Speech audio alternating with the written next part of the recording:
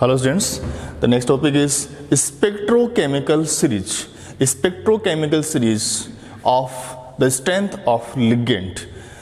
BBT valence bond theory की सबसे बड़ी कमी थी कि उसने लिगेंड के लिए कोई ये एक्सप्रेशन नहीं दिया कि स्ट्रॉन्ग लिगेंड पेयरिंग क्यों करवा देता है, वीक लिगेंड पेयरिंग क्यों नहीं करवाता।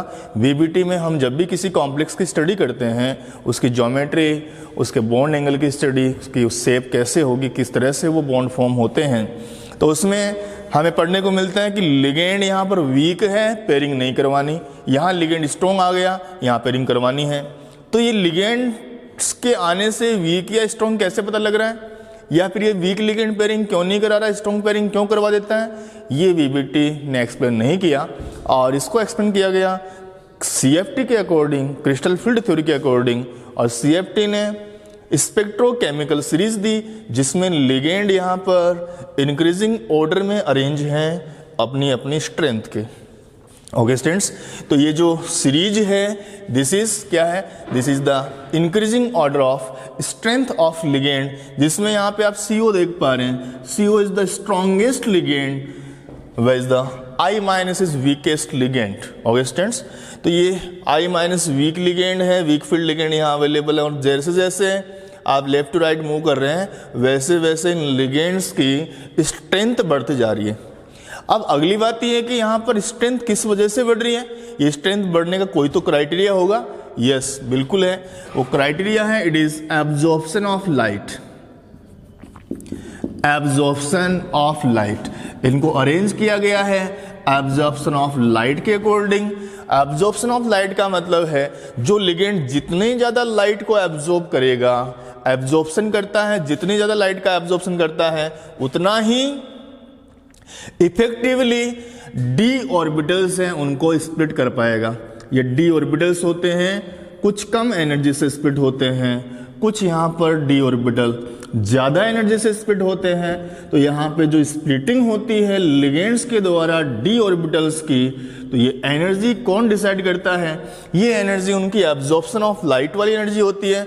जो लिगेंड कॉम्प्लेक्स कंपाउंड का फॉर्मेशन कर रहा है, यदि वो एब्जॉर्प्शन ऑफ लाइट उसमें ज्यादा है, वो ज्यादा एनर्जी एब्जॉर्ब कर रहा है, लाइट का एब्जॉर्प्शन ज्यादा कर रहा है, इट मीन्स वो उन डी ऑर्बिटल्स को ज्यादा स्प्लिट कर देगा, और जो लाइट को कम एब्जॉर्ब कर रहा है वो डी ऑर्बिटल को कम स्प्लिट करेगा। ओके स्टूडेंट्स, तो ये जो spectrochemical series that is arrange in the increasing order of strength of ligand, criteria of this spectrochemical series is absorption of light, means we can say that CO is the strongest ligand which absorb large quantity of light।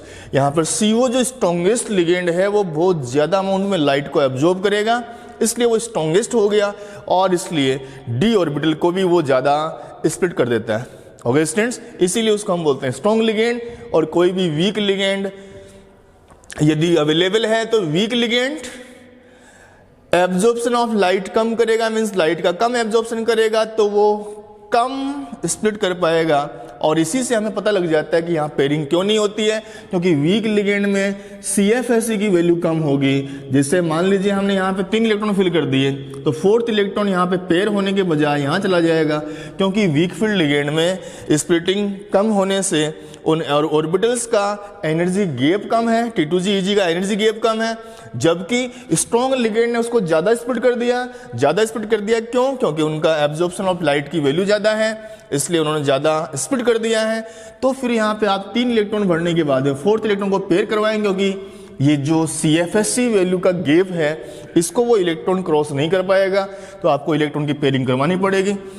तो spectrochemical series से हमें क्या पता लगता है, हमें ligand की strength का पता लगता है कि लिगेंड किस तरह से स्प्लिटिंग करवाते हैं, और उसमें एनर्जी गैप की वैल्यू CFSE वैल्यू कब कम हो जाती है, कब ज़्यादा हो जाती है। और यदि CFSE value that is delta O delta T कम होगी तब आपको पेयरिंग करवानी है, या ज़्यादा होगी तब पेयरिंग करवानी है। इन सभी बातों का पता लगेगा हमें स्पेक्ट्रोकेमिकल सीरीज से।